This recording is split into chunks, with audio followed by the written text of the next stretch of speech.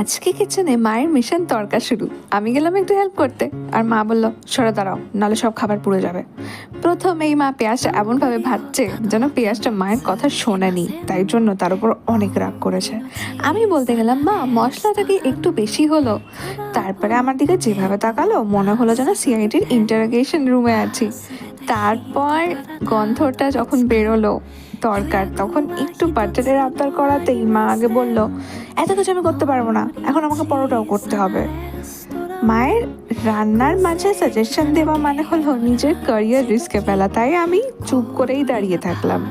কিন্তু তারপরে হঠাৎ করে এলো একটা টুইস্ট। মা বলল লঙ্কাটা দিতে ভুলে গেলাম, আমাকে মনে করালে না কেন? কিন্তু আমি বললাম আমি তো শুধু দর্শক হয়ে দাঁড়িয়ে আছি। শেষমেশ যখন তরকারি রেডি হলো দেখে মনে হলো এইবারে এইটার জন্য তো 1000টা বকা খাওয়া সার্থক, কারণ আসল সিক্রেট হলো 1 চামচ ভালোবাসা আর 1000 চামচ বকা।